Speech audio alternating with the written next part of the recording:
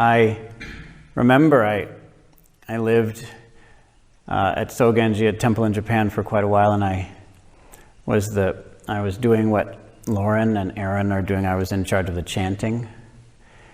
And so I lived with another monk who was my senior, who was in charge of the chanting, and one day we got into a conversation.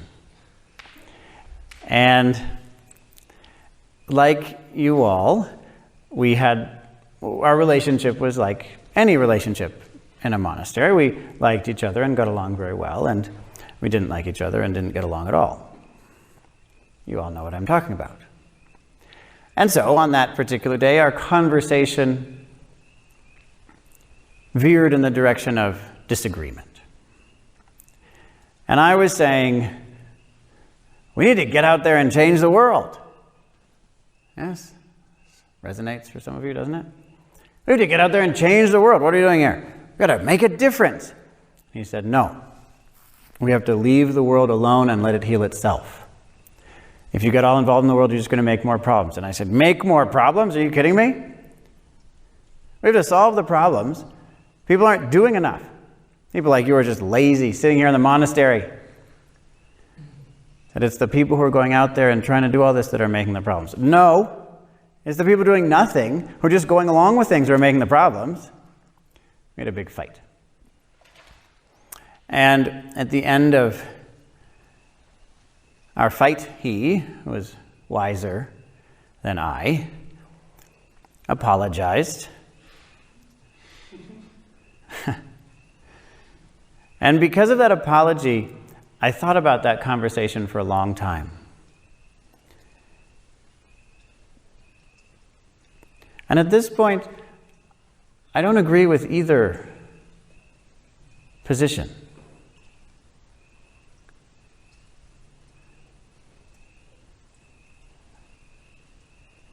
Our job is to purify our own minds.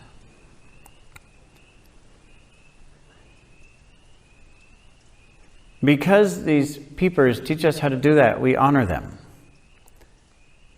Because we can breathe, we honor the sky. Because we can sit here, we honor the earth. When we finally see that our job is to purify our own minds, everything makes sense. This doesn't mean we don't change anything at all. It doesn't mean we're not involved. It doesn't mean we just let things be. It doesn't mean we try to fix things either. We don't fix things, and we don't leave things alone. There's a middle path between the two.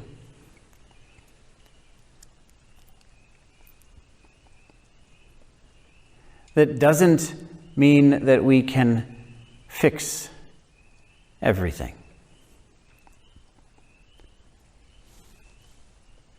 We, instead of that, purify, cultivate, and liberate our own minds. So, here we are, a nice spring evening in what was called for a long time the Dawn Land. Did you all know that? This part of so we're on a certain island. What's it called? We're on Turtle Island right now, yes? The big island. Most people call it North America. But the natives called it Turtle Island. And this part of Turtle Island is called the Dawn Land. And why? It's obvious. Exactly, the sun rises on this side of the island first. Does that make sense? So this is the Dawn Land. And in particular, we are in the place that the Abenaki people, who have lived on this land for a long time, Abenaki people call Ndakina, which means, does anyone know? It means our land. It means it's very simple. This is our land, Ndakina. That's right, and that's the land that we're on right now.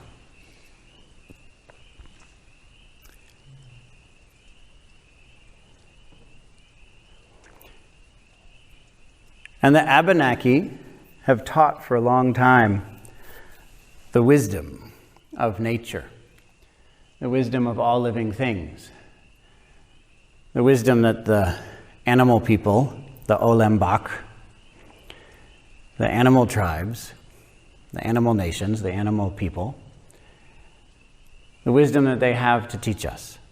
They offer us a great deal of wisdom. And they say that quite a long time ago, on an evening very similar to this, actually, springtime, the leaves weren't quite out yet. They're just starting, but not quite out yet. Snow was almost entirely gone.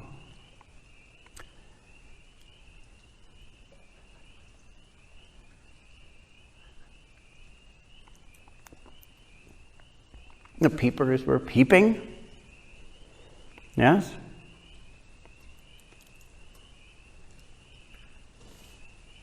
The stars were coming out. There were two animals who were living in a forest very similar to the one that we're living in now. One of them was bear. Some of us have seen some bears, right? Yeah, some bear around here. So there's a bear. Bear was lumbering around the forest, out in the spring, eating these sedges that have come. Bears sort of eat everything, you know. They eat everything. They just eat. They get hungry. They're big. Bear was rummaging around, eating stuff. And brown squirrel was out. He had eaten most of his supply of nuts for the winter, and he was out attempting to get some more food. They eat a lot. Per weight, they eat more than bears. They really eat. Have any of you ever seen a brown squirrel? It's different from the normal squirrel. Well, there are different kinds of squirrels, right? Now, this is a gray squirrel. It's pretty famous. Lives everywhere nowadays. There's a red squirrel. It's really loud. Throws things at you, hates you. The Abenaki explain why the red squirrel hates you so much, but we won't have time for that story tonight. Flying squirrel. We have flying squirrels around here. Did you know that? It's amazing. Jeff was telling me he saw a flying squirrel on that mountain right there when he was looking at it. Isn't that incredible? A flying squirrel. How about that? Have you ever seen one? Me neither. But what about brown squirrel? Have any ever seen a brown squirrel? No, you haven't seen a brown squirrel. This story is about that. So the two of them, you could say, sort of got along. They knew each other. They weren't that intimate. And this bear, you know, this is a very powerful beast. And as the summer went on and he ate, he got stronger and stronger. He started getting a little big-headed. Y'all know that term? Big-headed? Had a big head. He got egotistical. And by the time fall came, he was just impossible. He was unendurable. He would walk around the forest, telling everyone he saw, the deer, the mouse, the robin, owl, telling everyone, I am bear. I am the strongest animal in the forest. I am bear. I can do anything. And all the other animals, they said, yeah. But there's nothing they could do about it. So they just left him to his bragging.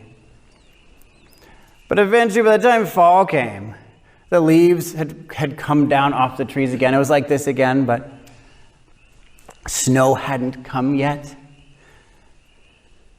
It was getting chilly. Bear was fat. Brown squirrel had gotten all of his nuts for the winter, was feeling a little proud of himself in his own right, and bear came along under his tree, bragging and, I am bear. I am the most powerful animal in the forest. I am bear. I can do anything.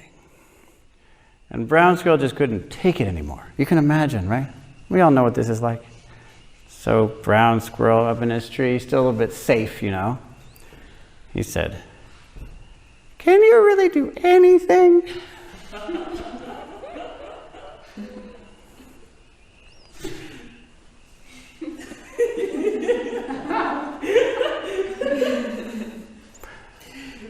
Bear looked around. Who said that? Who's going to say something like that to me? Oh, you, brown squirrel.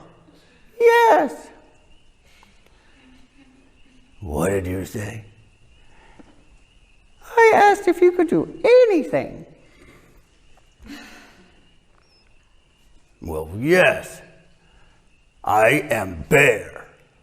I can do anything. Really? Yes.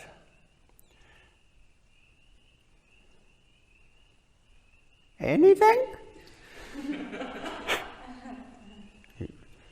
Yes. A brown squirrel thought he'd maybe test this claim. So he came down out of his tree and looked up at Bear and said, can you stop the sun from rising? Well, Bear had to consider that for a second. Uh-oh. Maybe he got himself in a little too deep. But there he was. He had been making this claim for the entire summer. Uh-oh. Can't really back down now, especially given this little silly brown squirrel at his feet. He said, yes, I can do that. And so, brown squirrel said, well, do it.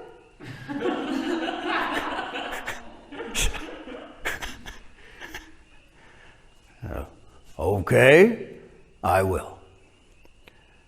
So, just like this, just now, you saw the sun went down. So, Bear was evening time.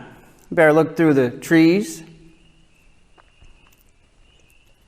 So you have to understand, back then, they didn't have forests like this. Forests like this didn't exist back then. You all know that, right? These sorts of forests are new. These forests are 30, 50 years old. They didn't have any forests that were 30, 50 years old back then. Sometimes there were forest fires, of course. But in general, especially up here in this part of the country, in this part of the island, these are old-growth forests. Have any of you ever been in an old-growth forest? Old-growth forests are not anything like this. Yes? Is it anything like this? No. It's nothing like this. Okay? It's like the difference between a city street and a church. Okay, old growth forest is like a church. It's silent, it's moist, it's a mess. It's a mess, right? I mean, it's incredible. These huge trees. And they all have fallen down, and there are these huge cradles and pillows, you know, when a tree falls down, a root bundle comes up, and then it rots away. And then you have this huge mound of dirt with no dirt here. It just gets kerplunk. And then another thing happens like this. It's a disaster zone. Very difficult to move through. It's so lush, and there's so much growth, but all the trees are doing it. There's very little undergrowth, but it's covering everything. But sometimes trees fall down, you can sort of see through. And so Bear could see through some of these trees, and he could see sun's going down. This is good timing. And so he said to the sun, I am Bear, and I am telling you, son, do not come up tomorrow morning. Bah! And then the sun went down. And he turned to Brown Squirrel and said, "See, the sun is scared of me and he is running away." And Brown Squirrel said, "We'll see about that." So the challenge was on. And the two of them happened to know of a little a ledge, an overlook, where, incredibly, this huge oak tree had recently fallen down. And back then, when an old oak tree, hundreds of years old, that is huge. These are huge trees. You have to imagine a tree. 5 people can't reach around it. This is a huge tree back then. These are huge trees. Even nowadays in Vermont, we have some trees. Where I grew up, there was a tree that three people couldn't touch hands all around it. Huge trees. And when these trees went, their branches were huge. And when it went down, it would take down half an acre of other trees. And so this tree had gone down and had opened up a view to the east. Yes. And so the two of them could go there and look over this ledge to the view to the east. And this just happened to be pretty near the lake. I mean, not right at the lake, but near the lake. And so they could look out over the Green Mountains, over the Crouching Lion, which is what we now call Camel's Hump. And they could see there in the east to see if the sun was going to rise. And so they sat there on the trunk of that huge oak tree that had gone down and cleared out some space. Because like I say, this was just forest. Okay? This is just a huge forest. But they could see to the east. So they sat there on that oak tree. And they waited all night long to see if Bear was powerful enough to stop the sun from rising. Yes, that's what they did. That's right. And as they sat there, things started to get a little tense. You can imagine? They're sitting there right next to each other. There's a big challenge. Things started to get a little tense, and Bear started to get a little worried. Not sure if his power was quite big enough after all, so he thought he'd maybe add some power to the power. So he started to sing a song. He started to sing his Sun Don't Rise song. Yes. And he sang it like this. He said, the sun won't rise. Bah! The sun won't rise. Bah! That's what he said. And Brown Squirrel sat there and he started wondering, I hope the sun rises. So he thought he better sing a little song too. There were no rules against that after all. So he started singing his little song. Yes. The sun will rise. You know what it does? The sun will rise. So they were just singing that next to each other the whole night. And then it started to get a little light. So Bear started really singing. Really started to sing his song. So Brown Squirrel started really singing his song, but it kept on getting lighter. So Bear started really bellowing his song. And then, it was like morning chanting, and then, lo and behold, the sun rose. It did. And Bear stopped singing. He was glum and downcast, melancholy, ashamed. Oh, the sun rose. And Brown Squirrel said, "Ha! The sun rose." Yes, it did. Well, The bad news is that I wasn't able to stop the sun from rising.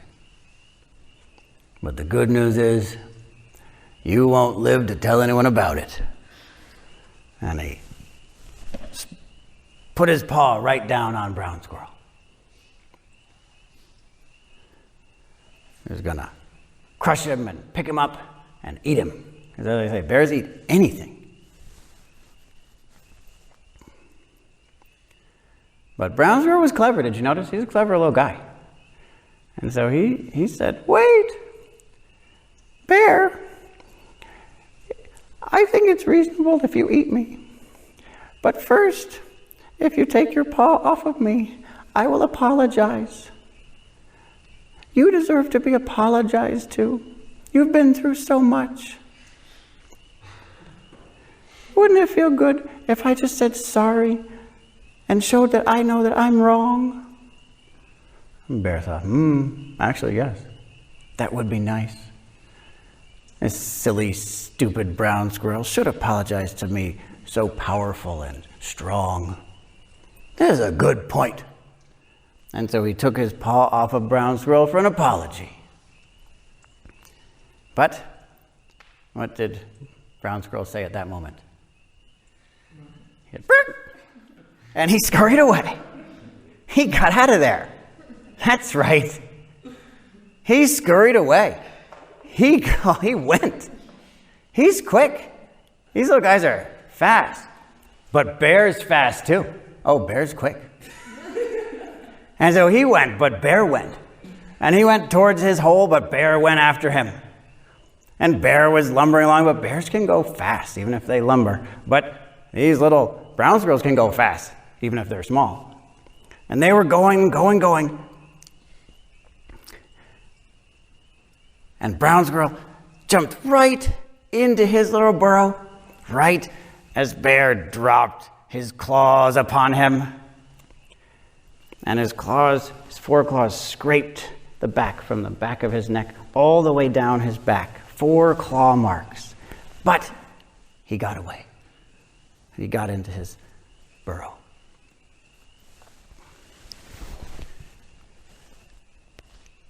And he was very relieved that he'd made it in there, and he didn't have much of an inclination to come back out, and it was fall after all, and he already gathered up all his nuts after all. And so he just stayed there for the winter, eating his stored up cash. And Bear was very irritated. Things had not gone well. It was such a good summer, and the fall was bad. This is terrible, but nothing can be done about it. And so he started searching for a place bears don't really hibernate, but sort of semi-hibernate. Found a place to rest for the winter. He found a spot, and he curled up to rest for the winter. And the winter came and went, and in the springtime, Brown Squirrel came out to the spring just like this. Just an evening just like this again. Wonderful spring day. Warm and sunny, the snow pretty much gone. And he got out and he stretched. He said, "Oh, this is great. What a wonderful day. The sun is up again. This is so nice." But he felt a little weird on his back, and he looked back and he realized, oh, interesting. These 4 claw marks, they're still there. Turned into 4 streaks of white and black. White and black claw marks down his back. So people stopped calling him Brown Squirrel and started calling him, what? Chipmunk. Chipmunk. Which is the Abenaki word for chipmunk. Yes. So, now he's known as Chipmunk, and he, still to this day, in the morning, in the early morning, will sing to the sun. Maybe you've heard him do it. A little twittering to the sun, to sing so glad that even the most powerful aren't powerful enough to do anything. Rejoicing in that.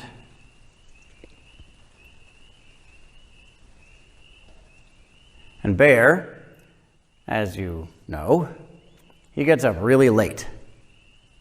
He's the latest of the animals to get up. And when he gets up in the spring, he is annoyed. He is frustrated. He's irritated. He's irked.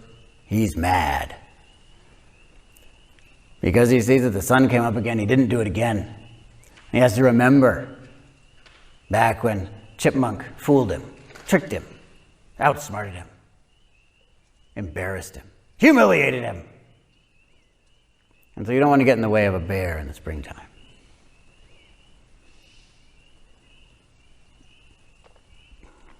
And you can still hear Chipmunk when he thinks you might put your paw down on him. You can still hear what he says, right?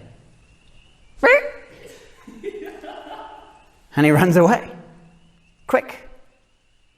So just in case you don't believe that the story is true, I've given you a lot of evidence that this really happened. And beyond that, we've explained a lot of the personality traits of these two animals.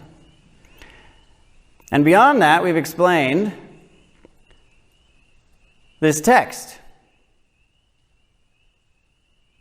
We have what it means to see trillions of Buddhas, what it means to change our own minds,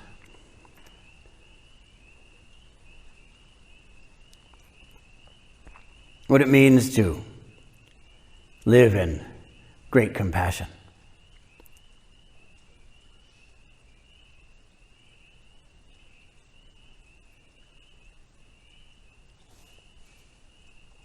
So please, use this retreat to purify your own mind, to experiment with a completely different approach to life, no longer trying to gain so much power that you could even stop the sun from rising, which is the power that human beings now have. It's very sad that we can do that now. If there were an all-out nuclear war, the sun would not rise for many months. There would be so much dust, debris in the atmosphere that we'd enter winter. There'd be no way to grow food. The sun would not rise because we said so. Because we said we have the power to do anything.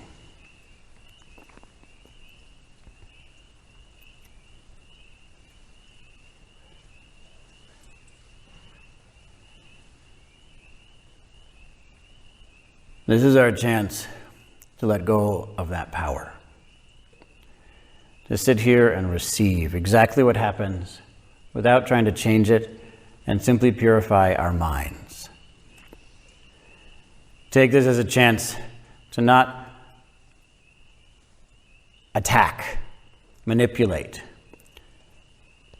fight circumstances, but instead to let these circumstances clarify, purify, and liberate our minds.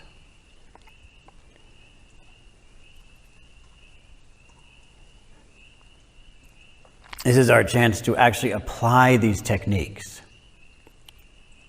so that we can shift from being clever to being wise.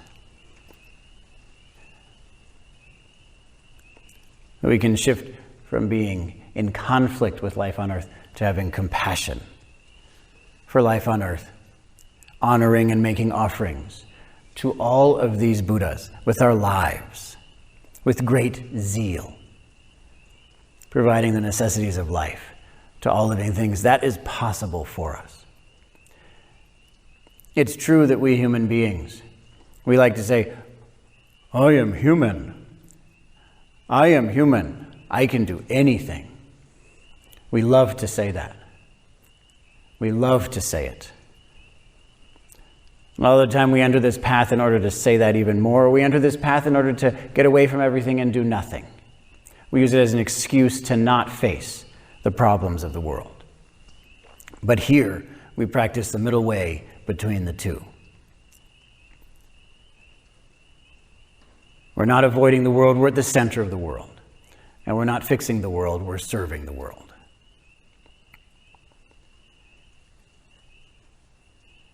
We do all of this by purifying, cultivating, and liberating our own minds.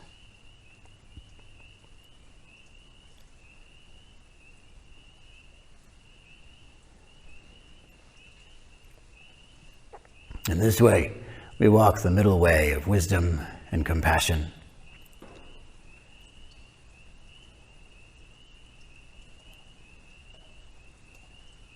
And offer our lives to the world, rather than taking the world for our lives. We give everything away